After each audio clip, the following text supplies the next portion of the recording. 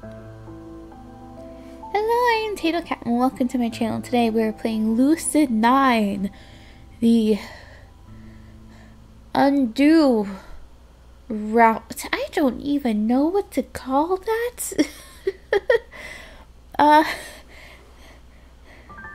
Undone. Lucid9, undone, undo, undid, and whatever. Previously we got through sitting down and talking to a doctor who referred to the character by numbers, and we had options of 4 medications and I chose the red one, and now I'm playing Ari Hiraga. So yeah, and her parents got murdered, at least her father did, and she was spared, and now she's in what I assume is an orphanage. And that's pretty much where we left off. Alright, let us continue.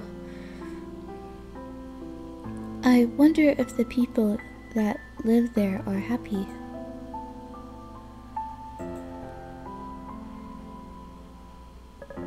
Oh yeah, I wanted to, before I started recording, I wanted to turn the music down and I forgot about it. There we go.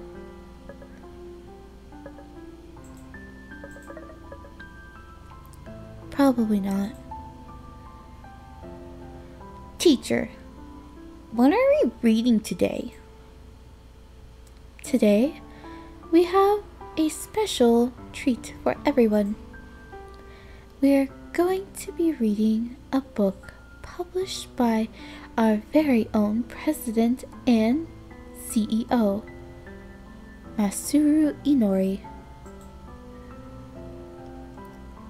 The room explodes into a fit, booming.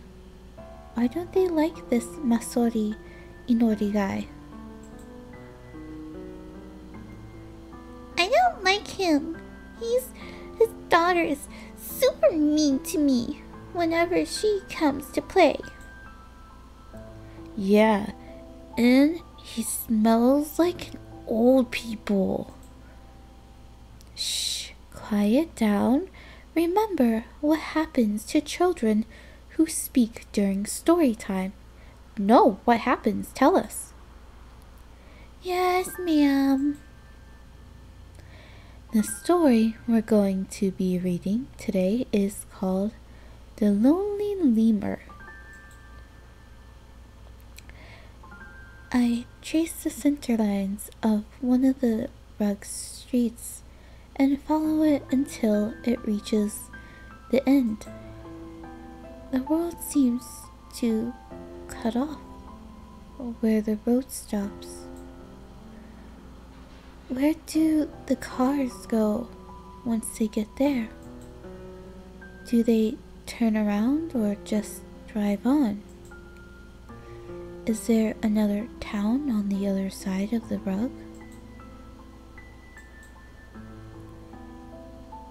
A soft, gentle voice pulls me back to reality before I can lift up the corner to check. The Lonely Lemur.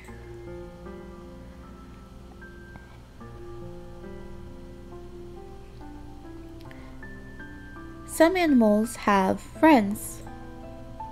Some animals have family. Some animals run and some animals hide.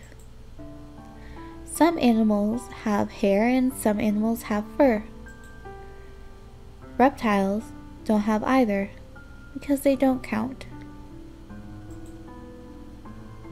What? Okay. Mia, the monkey, had a friend named Daiki. Daiki, the doggy, had a friend named Taishi. Taishi, the tortoise, knew a lemur named Larry. But Larry, the lemur, was lonely. Larry, the lemur, didn't like holding hands. Larry, the lemur, didn't like giving hugs. Larry, the lemur, liked time by himself. Larry, the lemur, probably liked eating bugs. With no one around to play with, and no good friends of his own, all of the animals had fun and went out. But Larry the Lemur stayed home.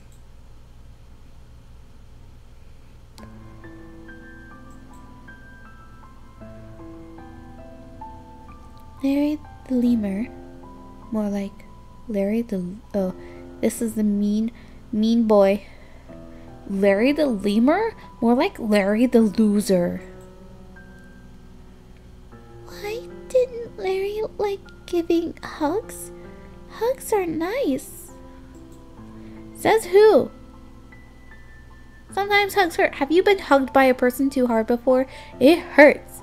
Not all hugs are nice, timid girl. Did Mr. Inori really write that? Yeah, she got silvered. Did Mr. Inori really write that? It sounds too cute for an old fart like him. What's a lemur? What's a lemur? Is that the weird monkey thing? One by one, everyone starts shouting out their feelings about Larry. They talk about how he should play with everyone and about how eating bugs is gross. One of the boys even said that Larry's parents were probably poor. Everyone laughed, the teacher too. I think Larry sounds nice. I think the other animals should try to say hi to him. Sometimes talking to other people is hard.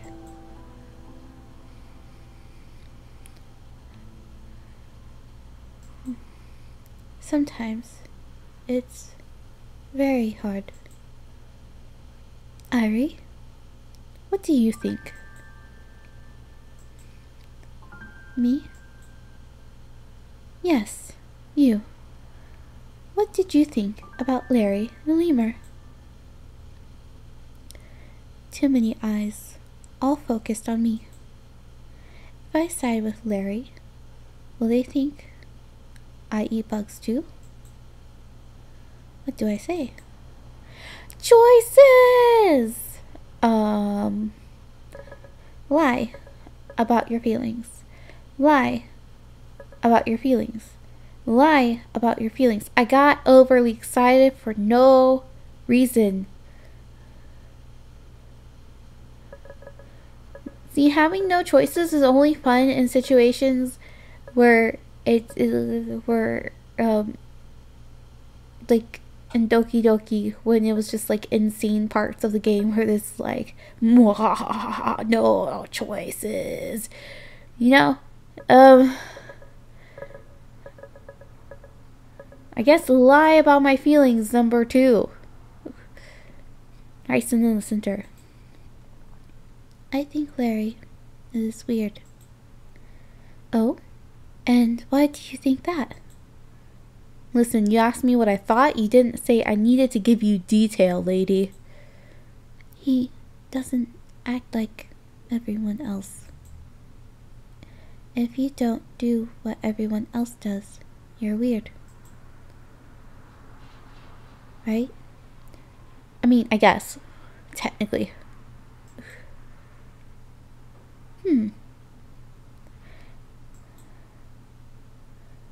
Like, I guess the definition is like out of the normal, and I guess normal is what everyone else is. The majority of the group, I guess. But weird people are always better. She goes silent. Did I choose the wrong response? Everyone else waits for her to speak. I guess that's one way to look at it. Plus, no one wants to spend time with someone that eats bugs. There are a lot of people who eat bugs.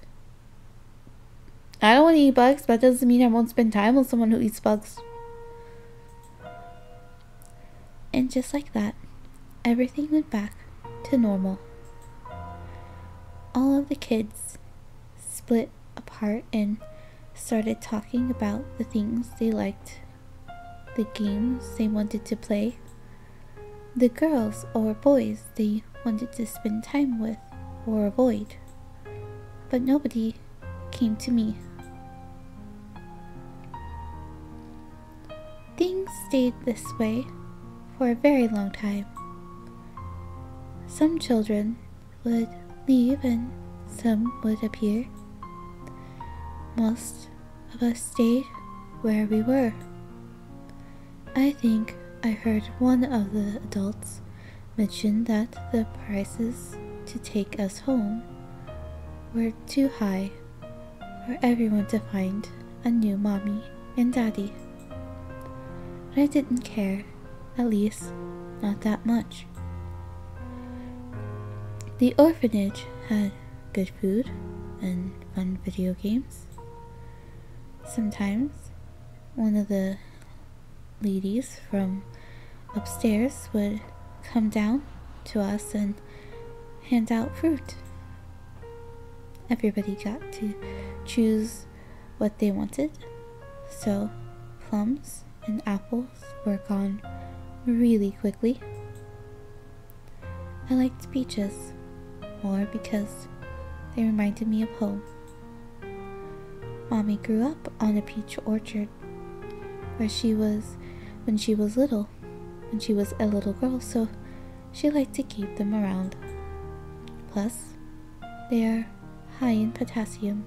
I don't know what potassium does, but it must be good if it's fruit, right? There was one day when I got bored of peaches, so I chose an apple instead. But one of the boys cried, so the teachers made me trade with him. He didn't even say thanks. He didn't even say thank you. The teacher had to thank me for him. I didn't really talk to any of the other kids. Not because I want to avoid them or anything, but because none of them seemed like they ever wanted to talk to me. As time went by, I began to feel more and more like Larry the Lemur. I don't like running around or telling stories. I don't like the cartoons the others orphans gather around and watch every morning. I don't even know if I like people. I think the adults might have noticed this because they eventually started spending more time with me. I didn't get any special privileges or anything, but they would bring me new video games and let me choose the music during free time. I picked classical music because it reminded me of my mom. People called me boring whenever I did that, but I didn't care. I didn't care at all. They were the boring ones, always doing the same thing every day, watching the same early morning cartoons, always choosing the same fruit from the nice lady upstairs, picking on the same boys and the same girls, suggesting we read the same books during story time. Wouldn't it be great if we all liked the same things? I think that would be fun. If that were true, we would need to be different, and we could still feel alive. Is alive the right word? I don't think so. I haven't felt that way since I last heard the cicadas. excuse me.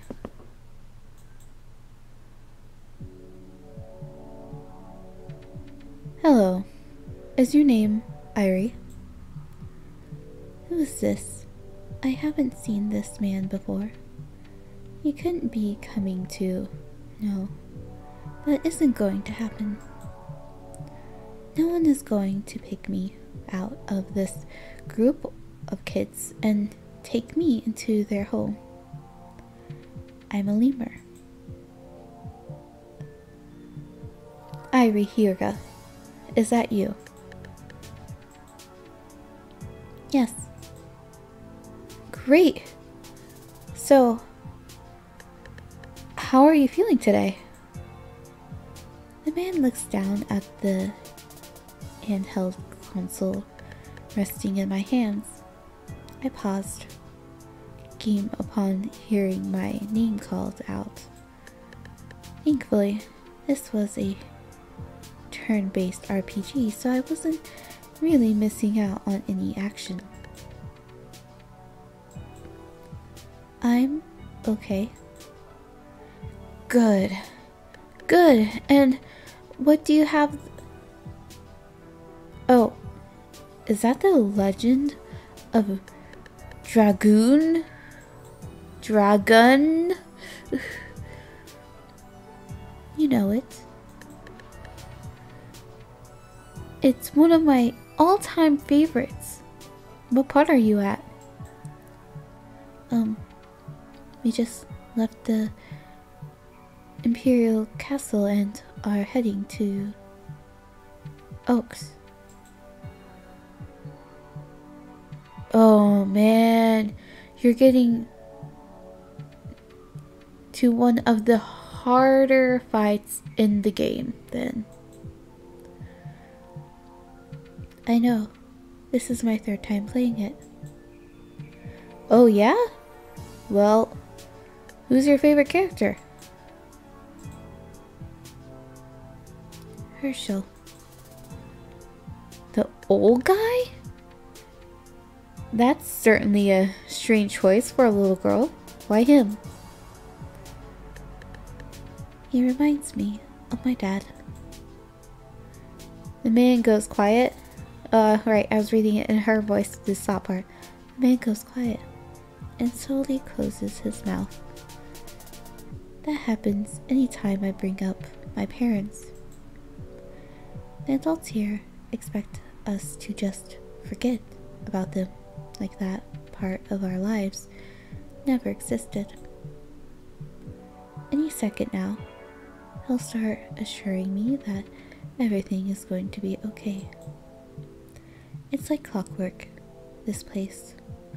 I watch him shake off the discomfort and part his lips. Here comes the apology. Say, do you have any interest in newer games? The woman over there tells me that you ask about them all the time. He points over to the teacher, who's watching us from the side of the room. I do. Do you have any? Not with me, but what if I told you that I actually make video games? You're a dev?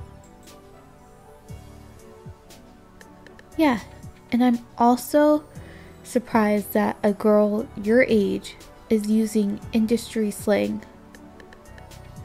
Seems they weren't wrong about you. What kind of games do you make? RPGs mostly. That's actually why I'm here. I'm looking for a few kids like yourself to help me test out our latest project. What studio? Not Lemonscape. Studio Lemonscape. Lims Cafe. Is there something wrong? No, I just thought you were an indie dev. I didn't expect you to be from a AAA studio. I can really tell if that's a compliment or an insult. I'll do it. Hold on a second. I haven't even explained how everything works yet. Okay, I'll listen. At first, we'll come down here and pick you up a few days a week. We'll bring you and a few other kids over to the studio on the 45th floor, buy you lunch, and let you play games. Play the game. You're familiar with glitches, right? Bugs? Great. What we need you to do then is to tell us about any you find. And if you're good enough at detecting bugs, we might even offer you an actual job. I'm 11. I can't have a job. Well then, don't tell anyone.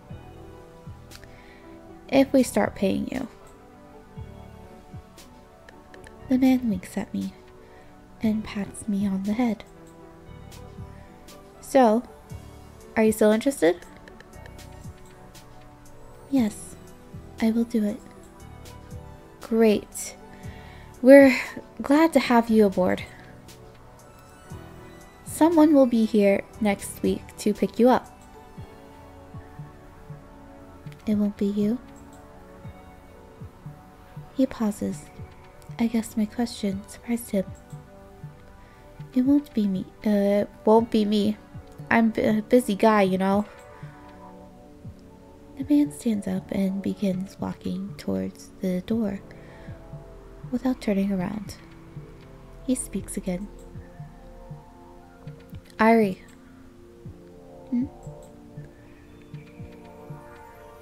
Do you like this place? No. Good. He disappears through the door frame without another word. I unpause my game and get back on the path to Ox. The man wasn't lying. The next week, someone did come to pick me up. This man wasn't as friendly as the last one, but he held my hand on the way to the elevator. It was a fancy elevator, made out of glass. The people on the ground level of the building looked like worker ants, hurriedly moving from place to place to keep things in order. I thought it was kind of sad how none of them even came to say hi to us. I never realized just how many people were down there. The studio was nice. It was cold. There were posters for games I'd never heard of, draped off every wall in every cubicle. They took me to a white room and sat me down in front of a small TV. Yeah? Let's say the backgrounds in this game are not as, there. Did it make sense? They took me to, I read that part of the game. It was The first time I got to play games that weren't handheld since I left home. The one I tested today wasn't very good. There were no enemies, just the player characters. I guess they hadn't had the time to program bad guys into the game yet. An older woman sat in the corner of the room with a notebook. I'd hear her scribbling something down every now and then.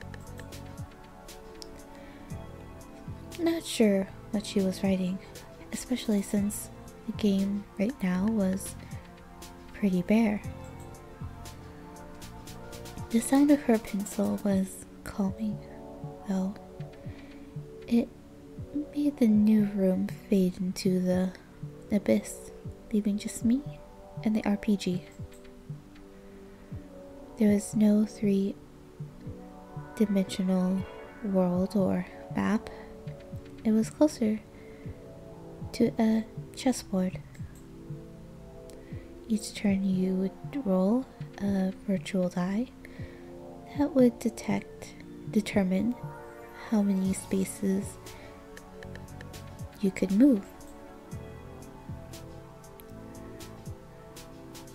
I had to quit playing once my party members stopped responding to the controller. A different man, one that I hadn't seen before, rushed into the room and told me that testing was done for the day. The woman in the corner nodded, put down her notebook, and brought me to another white room. She asked me to sit there and wait for the game director. I nodded and took my place in one of the two chairs in the center. There was a desk separating them. I sat in a smaller, less fancy chair. I could tell that the big one was meant for adults.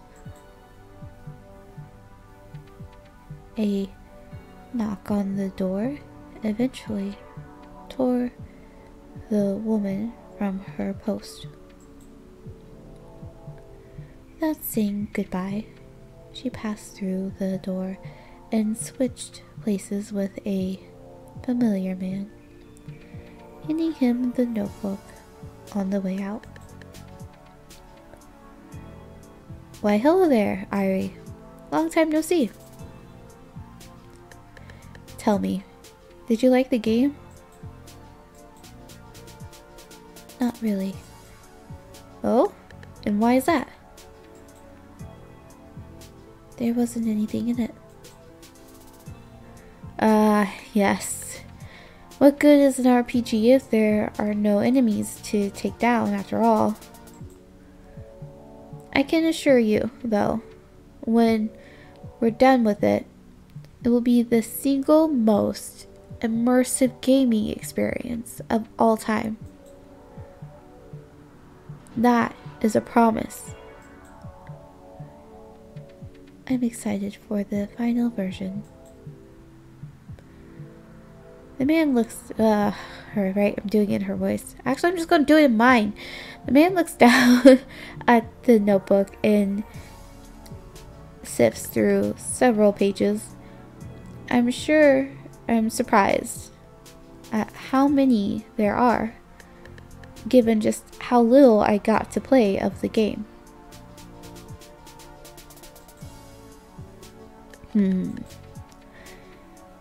He stares back at me for a second before slamming the book shut.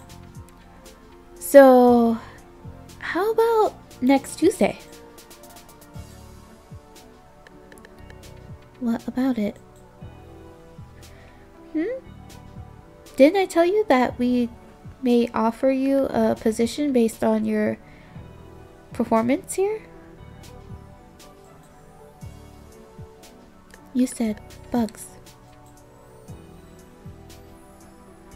I'm sorry? I didn't find any bugs. You said you would offer me a job if I was good at finding bugs, and I didn't find any. Well, we'll see if Irie gets that job or not. Hopefully she does, because the other place seems kind of awful. I mean, I guess most orphanages are, but you know. I'm tatocat. If you haven't already, like, comment, subscribe. Have a wonderful morning, evening, afternoon.